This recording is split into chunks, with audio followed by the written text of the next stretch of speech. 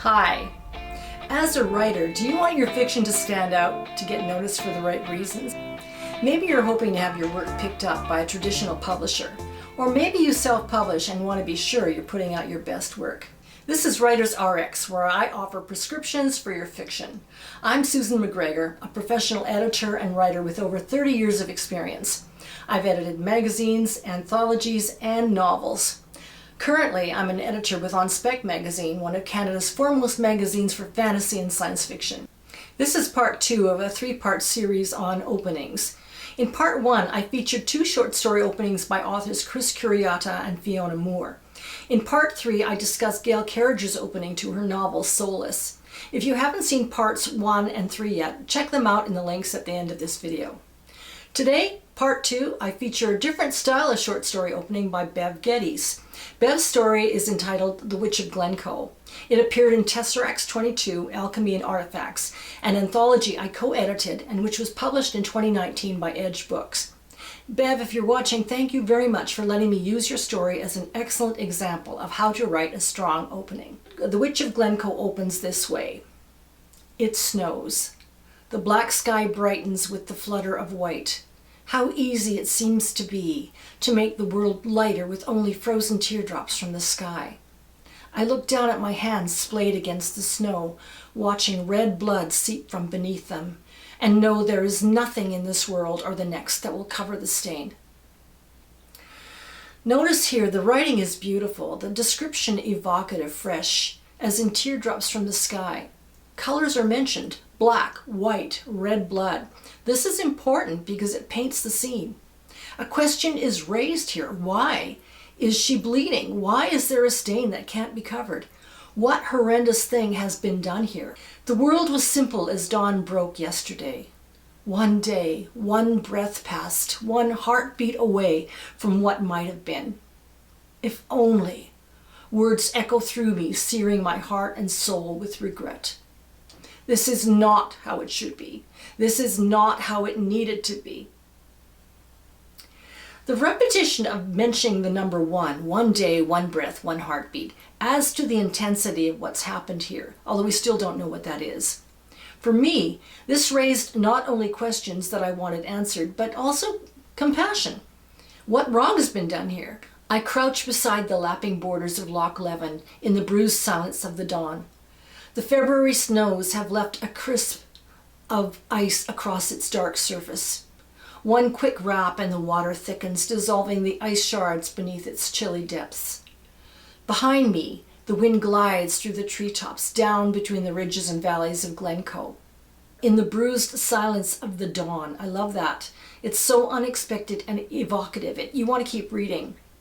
And just the rhythm of Bev's language here, it has a way of lulling you, of pulling you into this scene. Notice how she mixes bruised with silence. It's an unusual pairing, and yet we get the sense of it, of the emotional overlay of what's happened. We also get the sense of place. This is Scotland, which is another hook in a way, particularly if you like reading historical fiction or fantasy. The story continues. Glencoe. The place I came to call my home, and the people whom I came to call my family. The MacDonalds, the reavers of cattle, thieves in the night, the unruly sept, Jacobites, hated and feared by the Campbells, loved by me. And there is the final opening hook. The writer mentions the MacDonalds, and if we know anything about Scottish history, we know that the MacDonalds were butchered one night by the Campbells after they feasted together in friendship. We suspect this story will be about that awful tragedy. I was hooked into wanting to know what that might be. And then the final line in the paragraph, loved by me. This is a story about loss. And somehow our protagonist has survived this event. Perhaps she's the lone survivor, and we know that she's lost someone she loved deeply. We're caught, and we want to know if our protagonist wins her vengeance, because make no guesses about this. This story is about love and vengeance, and we know that just from this opening. So we're drawn in because we want to know what our protagonist does to win. So let's break down the hooks that Bev uses. Number 1, a gorgeous description which is, at the same time, simple, direct, and not overdone. although overdone can also work depending on the story and depending on the narration and whoever is telling the story, right? Number 2, questions are raised. Why has this terrible situation occurred? What has created this aftermath? So our curiosity is piqued. Number 3, writing style. Here, the repetition of key words works. One day, one breath, one heartbeat. The repetition is as intentional as the thud of war drums, as the beating of a heart. Writing style can also include fresh metaphors and similes which add to the description. Number 4, unusual setting and time. We're set in Glencoe, Scotland. We are in the past. And number 5, because we're in the past, we expect a fresh take on history. And we're given strong indications of what the story will be about, without the work delving into exposition. A few key descriptive phrases are all that are needed. And number 6, finally, there's a strong emotional undercurrent.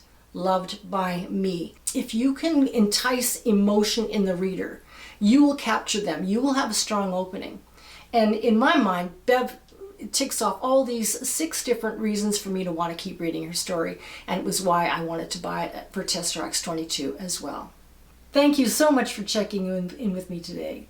This is Susan MacGregor. This is Writers RX, where I offer prescriptions for your fiction. Thank you for watching. If you like this video, please hit that like button and subscribe. Also, check out my other videos on novel openings, how to write engaging characters, strong plots, and much more.